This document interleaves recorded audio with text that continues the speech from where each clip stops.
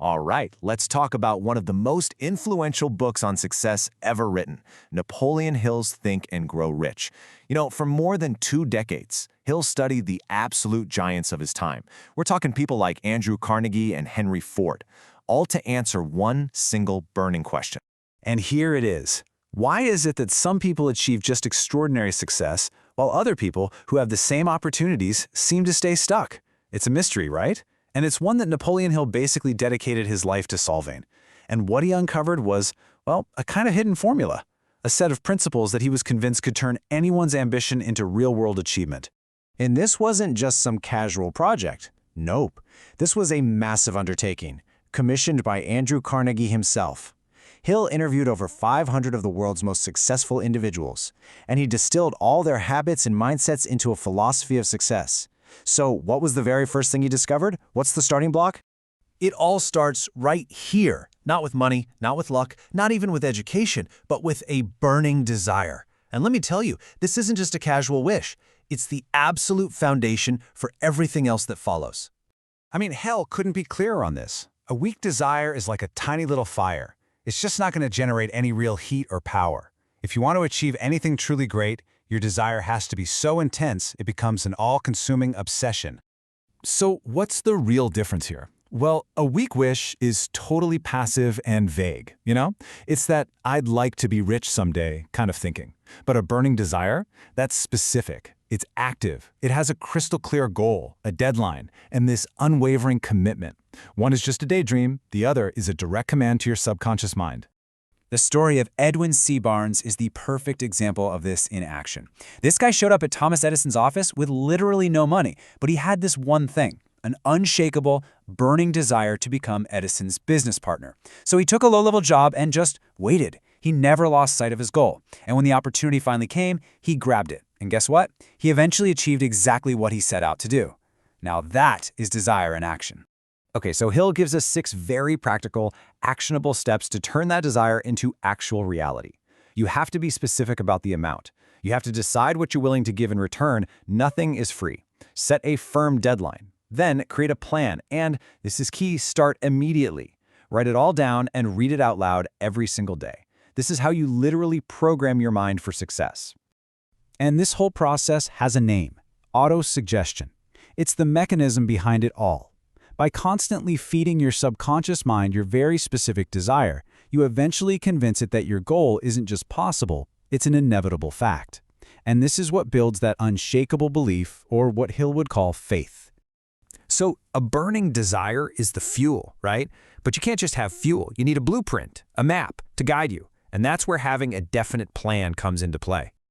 Now, Hill makes this really important distinction between general knowledge and specialized knowledge.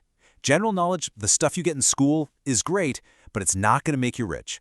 Specialized knowledge, on the other hand, is focused and applied to a very specific goal. That's what creates real value. Because look, the world doesn't pay you for what you know, it pays you for what you can do with what you know. And here's the thing, you don't have to know everything yourself. There's this famous story where Henry Ford was called ignorant in court. His response? He just pointed to the buttons on his desk and said he could summon an expert to answer any question he wanted. Success isn't about having all the answers. It's about knowing how to get them. It's about organizing knowledge. So how do you do that? Well, this is a core concept in the book. You form a mastermind alliance. Think of it as your personal board of directors. It's a small group of people you align with, people who bring different skills and perspectives to the table, all working together towards your goal. The big takeaway here? No one achieves massive success all by themselves. And where do all these incredible plans actually come from? Your imagination. Hill calls it the workshop of the mind. It's this amazing place where your desire and your knowledge get fused together to create concrete, actionable steps. It's the faculty that literally transforms an invisible impulse into a visible, tangible reality. Okay, so you've got the foundation of desire, you've got the blueprint of a plan, but both of those are pretty useless without the engine to drive them forward. And that engine is unstoppable, persistent action. Hill's research found this really stark difference in how people make decisions. Successful people, they decide quickly and they change their minds slowly, if at all. They have mastered procrastination. Unsuccessful people, they do the exact opposite. They take forever to decide, and then change their minds constantly. And this leads right into the next crucial trait, persistence. It's simple. Successful people just do not see a temporary defeat as a permanent failure. For them, a setback isn't a dead end. It's just feedback. It's a sign that maybe the plan needs tweaking, not that the goal is impossible. Just think about this. Thomas Edison reportedly failed around 10,000 times before he finally perfected the light bulb. But he didn't see them as failures. He saw them as 10,000 steps on the path to success. 10,000 ways that didn't work. That mindset right there is the absolute essence of persistence. All right, now we get to what might just be the hardest part of this whole formula. You can have the desire, you can have the plan, you can have the persistence, but you still have to win the final battle. And this one happens inside your own mind.